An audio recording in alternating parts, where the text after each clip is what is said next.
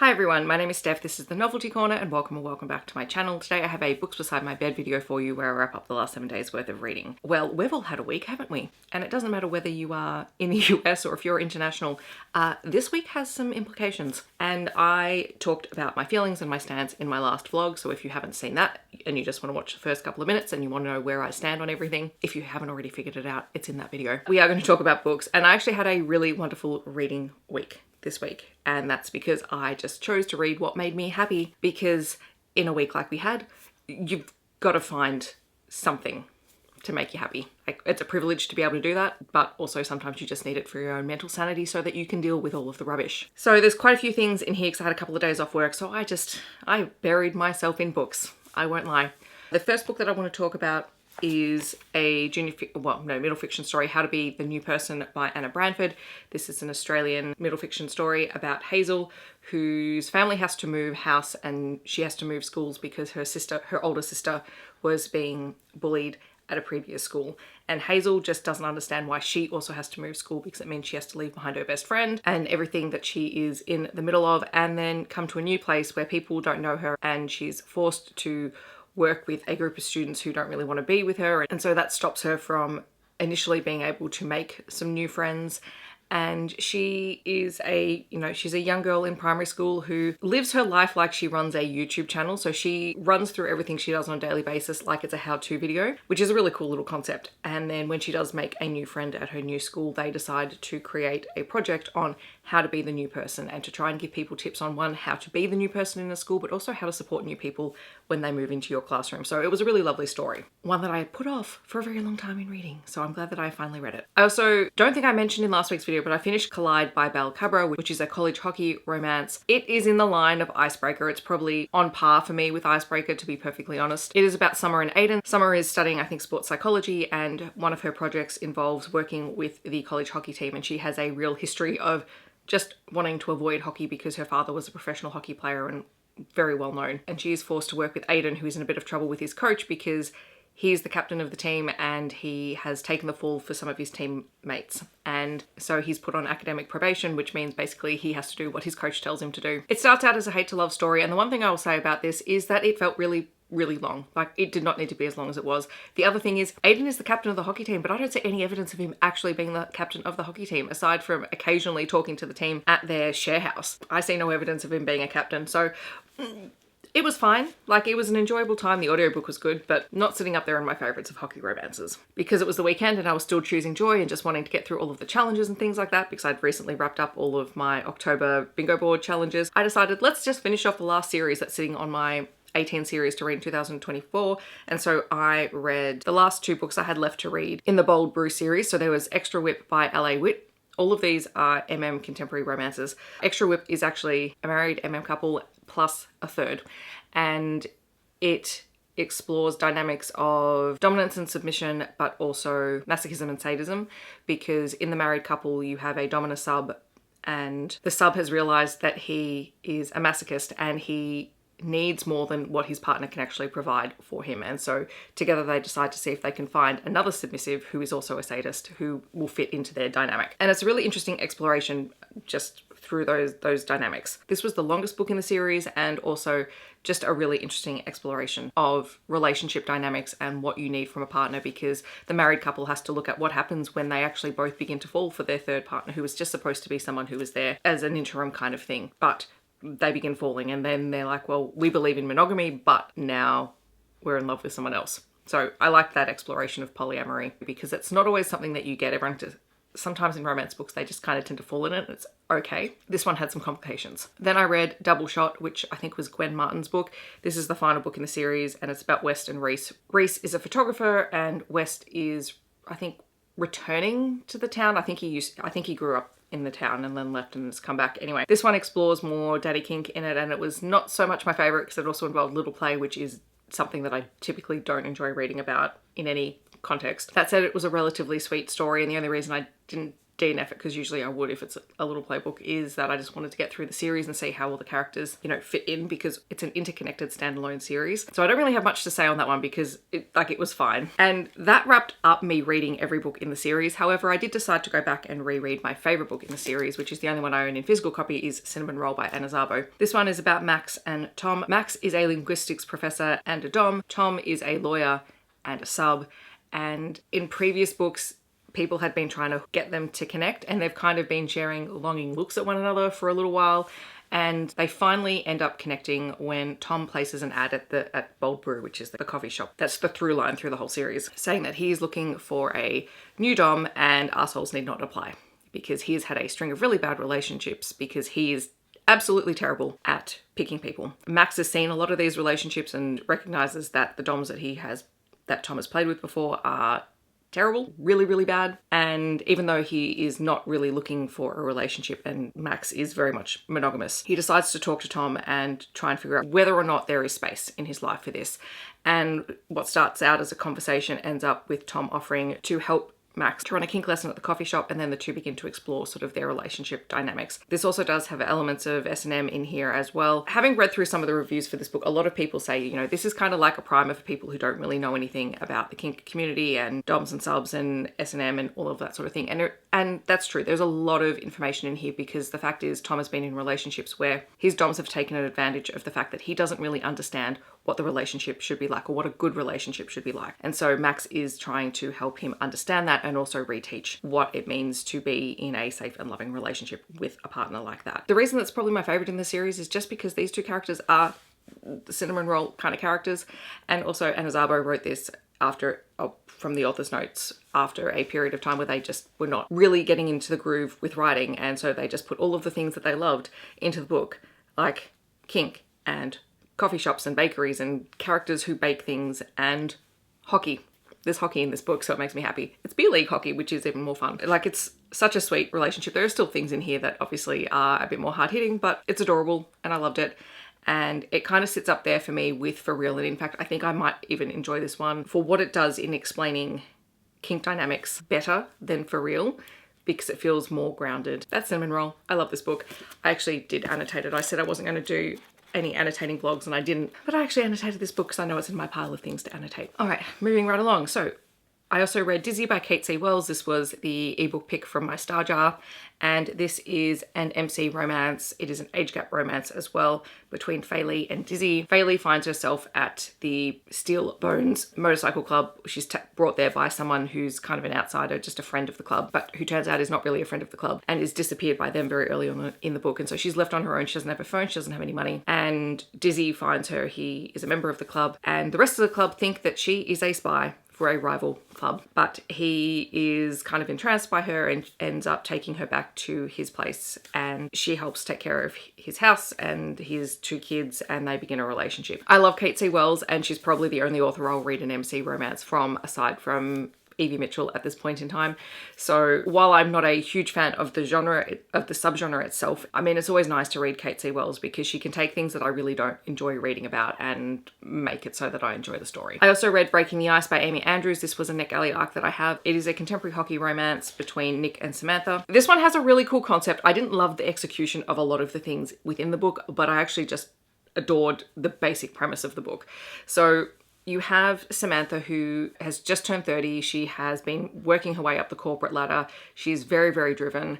And then suddenly something happens, and suddenly she feels like she needs to have everything else that society expects women to have, the babies and the life and whatever. Most of it is internal pressure. That's kind of the stuff that I'm not a huge fan of, because through a lot of the book, she's just determined to have a baby. She also frequents this local secondhand romance bookstore, which was owned by a friend of hers, and then an older lady. And this older woman passes away and leaves the bookstore to her family. And in steps Nick, who is a professional hockey player in his late 30s, who has been injured. He's on long-term injured reserve, and he decides that he is going to take over his grandmother's bookstore. And at first Samantha is appalled by this, because she doesn't want him to change anything inside it, but she realizes that he actually has a vision, and even though he may not know all that much about romance, he is determined to preserve his grandmother's memory. And at one point Samantha quits her job because there's a younger guy who's the nephew of the boss, who is just being absolutely unbearable, and so she quits because she knows that he's going to get promoted over her. And she ends up working at the bookstore with Nick. And so that's where their relationship builds and they learn a lot more about each other. In that way, it's a slow burn friends to lovers kind of story. And it's the kind of friends to lovers where they haven't been friends for years and years. They've known each other, they've been acquaintances, but they actually develop a friendship through this story. And there are some really cute scenes where he brings in some of these secondhand Western stories and she's appalled that he's brought them into the romance store. And he says, well, don't knock it until you read them. And then she does read them and she decides that they're romances for men. In retaliation, she says, you need to read some of these romance books. And so she makes him read some of her favorite historical romances. Like, I love that premise. That premise never gets old, and a romance bookstore is a perfect setting. But I just loved the concept of a professional hockey player running a secondhand romance bookstore. I mean, that sold me. So while it's not an all-time favorite book, like, the concept of it is great. Not me realizing that this video is going to be really long and I'm going to hate myself in editing. I also read Phoenix, which is the next book in the linear tactical series. It is book 8. This one is the story of Riley and Riley. So you have Boy Riley and Girl Riley as they've been dubbed through the whole series. Girl Riley is a nurse in town. And then you have Boy Riley, who is a bit of an adventurer. He loves extreme sports and he has made a living out of that on YouTube and, you know, has brand deals and all that sort of stuff. And the two met when he competed in linear tacticals, kind of survival adventure course race kind of thing that they do every couple of years. He also occasionally does some undercover work for them, basically as a distraction. So they use his fame and his love of sports to help them infiltrate certain places, which happens at the start of the book. We also find out at the start of this book, they've been in a relationship for the whole series. And in this book, they've split up, and it is Girl Riley who has split up with Boy Riley. And we find out that she's been recently diagnosed, like within 2 weeks, she's been diagnosed with MS. So a lot of this book, and I'm going to call this a trigger, is that she is catastrophizing her diagnosis because she hasn't had that long to deal with it and to cope with it. And even though she has a medical friend who's like, we don't know the extent of it, we don't know what's going to happen, you could, for the most part, be fine. Riley isn't able to internalize that yet. Boy Riley, having been broken up with but not understanding why because she hasn't told him, comes back to town just in time for this race. And so she is one of the medical staff on call for it. He is competing. He hasn't trained for it, which is a big no-no. And then strange things begin happening while he is competing. And so he ends up injured, but also other people around him end up injured. And there's a whole sub-story plot going on through the story. I really liked their relationship dynamic. I also liked that Boy Riley just doesn't give up. Like, he is determined to figure out exactly why she's pushing him away. And a lot of it has to do with the fact that she knows that he has this love of all of these things that she may no longer be able to do with him. And he's like, well, that's not more important to me than you. Like, you are the most important thing in my life. And hallelujah. Let's just have more of those cinnamon roll characters in this world. The undercover plotline that Riley was involved in at the start of the book does come back into play at the end. So there is kidnapping and all of that sort of stuff. It's a romantic suspense story. Of course, it's in there. But the majority of the book is just them involved in this race, which was a bit of a different setup from previous books. Then I went on a 4-book reading marathon from the Walsh family series. I had Necessary Restorations by Cate Canterbary on my list to read. It was the oldest book sitting on my KU TBR, and then I just decided I just wanted to keep reading because why not finish another series? I'm not finished with it yet, but I will be because I'm just going to keep reading until I'm done. Which is not to say actually that all of the books are perfect. They're not. And I will also preface talking about these books by saying these books were published in 2016. So there were a lot of Harry Potter references in some of these books. And my threshold for when I start penalizing books for Harry Potter references is 2020. That's my personal line in the sand. That's when I was far more aware and far more active in having issues with that author. So anything prior to 2020 gets a little bit of leeway for me in terms of having references because it was that generational cultural history. So I'm just gonna say it's in here. I'm not penalizing the books for it. I got a little bit annoyed reading it and then I had to check myself and go, hang on. It's not something that was written in the last 2 years. So the Walsh family series, if you are not aware of it, is a series by Cate Canterbary. It follows a family of 6 siblings, the Walsh siblings, most of whom work for their family's architectural firm in various roles. One of the siblings, the youngest sister, is a volcanologist and is estranged from the family for the most part.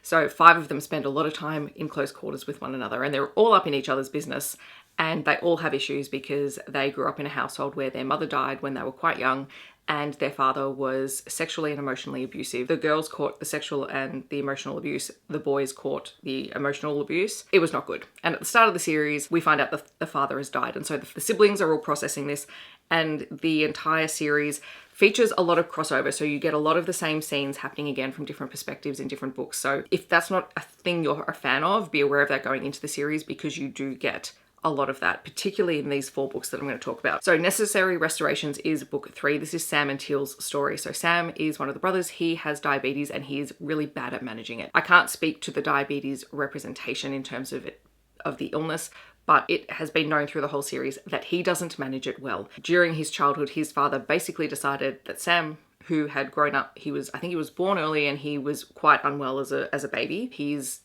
never been sort of the biggest or the fastest of the male siblings. And he was always a little bit more sensitive. And so basically his father grew up telling him that he was gay and just being absolutely atrocious. And so Sam does not have good coping strategies for life and does not have good strategies for managing his chronic illness. And he's been a notorious playboy. And the book opens and he's been stood up by his sister, who is the CEO and the lawyer for the family firm, while looking at an apartment. And he meets this girl in an elevator, and then they get stuck in the elevator for 8 hours. Her name is Teal, and she's kind of the opposite of any woman he's ever been attracted to. And yet they have this instant connection. And then they spend this weekend together where she just drags him off to local music festivals and food festivals and all of that sort of thing. And it is completely a departure from his norm, because he is normally high society. He's a very well-renowned architect, but he just finds something in her that he hasn't had with his family for a long time. Teal is a musician and she is also a music therapist, and she is studying the implications of music therapy with neurodiverse children, which is awesome. And it's just really interesting to see their relationship develop, because it is rocky and messy and, you know, there's mistakes made by everyone at all times. And Teal is not someone who is a big fan of families. Her own family treats her like absolute rubbish. So when she meets Sam's family, who he is close to, like he spends a lot of time with his family, even when they drive him up the wall, she struggles to connect with them because she keeps herself at a distance, because she has never had a good family experience. That does bite into their relationship dynamic. The Cornerstone is the 4th book in the series, and this one is Shannon and Will's story. Shannon is the oldest Welsh... Is she the oldest Welsh sibling? Can't remember if it's her or Patrick. Anyway, she's the oldest female sibling. And she is also the one... No, she's the oldest, because she basically took on the role of mother for everyone after their mother died. And so she basically ran her brother's lives since she was 9 years old. So she does things like remembering to pick up their dry cleaning and organising their license renewals and things like that. Things she just doesn't even think about doing. She just does it because she's always done it. And they don't even think that there's nothing wrong with that, because she's always just done it. She's also a lawyer and the CEO for their architecture firm. And this one starts right back at the first book, where Matt and Lauren are getting married, and it's where she meets Will, who is Lauren's brother, and he is a Navy SEAL, and he is just meeting the Welsh family for the first time at the wedding. And he is tasked with babysitting Shannon, and she is tasked with babysitting him, because Lauren believes that her brother is going to do something drastic to her future husband. And so she asks Shannon to babysit him. And the two have a very antagonistic relationship at the start, but it's very steamy right off the bat, because they just fall into bed. And then this turns into a secret relationship for the entire first 4 books, where no one knows that she is seeing Will, and she starts disappearing for family holidays and things like that, because she's finding these small moments to carve out time with him. Again, not a smooth sailing relationship, because he goes on a long-term deployment and she calls off the relationship because it's not working for her anymore. This book had probably the most jump back in time kind of moments, where we're seeing the build-up of the relationship in line with every other event that's happened so far in the series, which I really enjoyed. I actually really like that, because it puts into perspective what we know about Shannon from previous books. And she is a hard ass, and I love her. And she finds it really hard to let go, because she has been conditioned from a very young age that she had to take care of her siblings and she had to protect them. That to me is just heartbreaking. And her relationship with Will is hilarious, because he's the only person that she lets boss her around. And so their dynamic was really fun. The 5th book, we return to Sam and Teal. It's called Restored. And this one is looking at the lead up to their wedding. It's a much shorter story. And it's also tying in Shannon and Will's romance with Teal and Sam's romance, and where it all fits, and how their story is unique, because they decide very early on they're engaged, they're going to get married, but they also want to try to have a baby, and it's not working. So this does deal with infertility a lot in the story, and a lot of the strain on their relationship is them trying to figure out why they're not able to get pregnant. I read a lot of stories about people trying to have babies this week. I don't know what it is. It's not my body trying to tell me something, because no. The final book that I read in the Welsh series this week is the 6th book, so there's 3 more books after this, is The Spire, and this is Erin and Nick's story. So Erin is the estranged Welsh sibling. She is a volcanologist. She was taken in by Shannon when her father kicked her out, and she was the wild child. She did everything and she was a handful, and she had a massive blowout with Shannon when she was 17. That basically has meant she hasn't spoken to Shannon since then. Content warnings in this book for attempted suicide, cutting, and a whole lot of sort of self-destructive behaviours that have gone on. And all of that is historical off page, but it's part of the strain between Erin and Shannon. This relationship also starts out at Matt and Lauren's wedding, so way back in like the 1st or 2nd book. It's the relationship between Erin and Nick Acevedo, who is a pediatric neurosurgeon. Nick is also in the same series as the worst guy and Before Girl. That's how these series are linked. He's one of the side characters in those books.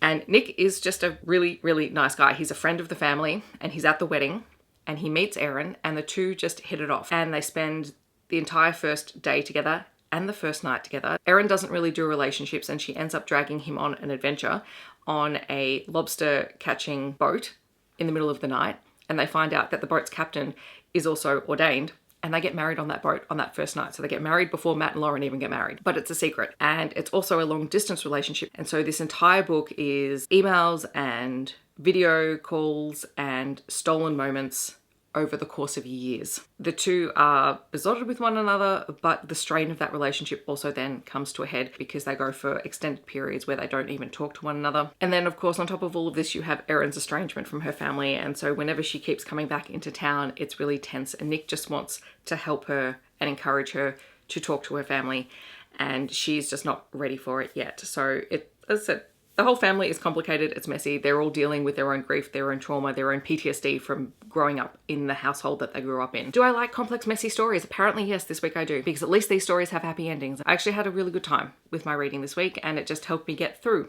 the week, which is always helpful. Something else that I'm currently reading, I mentioned in my other vlog, I'm still reading The Palestine Laboratory by Antony Loewenstein, which is my non-fiction for the month. Very, very interesting read. I'm listening to it as an audiobook. I need to get back to it this weekend. I don't tend to listen to audiobooks during the week, I just don't have time for them, but the weekend is when I do that, because that's when I'm doing all of my chores and bits and pieces. In the comments, I would love to know if you've read any of these books or if you're planning on picking any of them up.